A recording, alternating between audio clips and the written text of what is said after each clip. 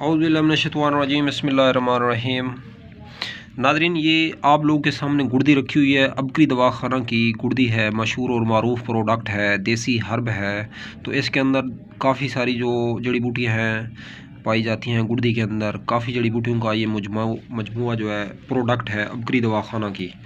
तो ये जो गुर्दी आपको नज़र आ रही है, ये गुर्दी इसका जो मेन जो है इसका किरदार है, अफ़ाल इस्तेमाल है।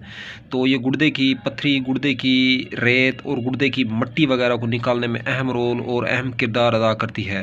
पत्थरी चाहे कितने ही सेंटीमीटर की हो तो उसको ये आहिस्ता आहिस्ता गुर्दे से बारीक बारीक रेत की तरह निकाल बाहर फेंकती है।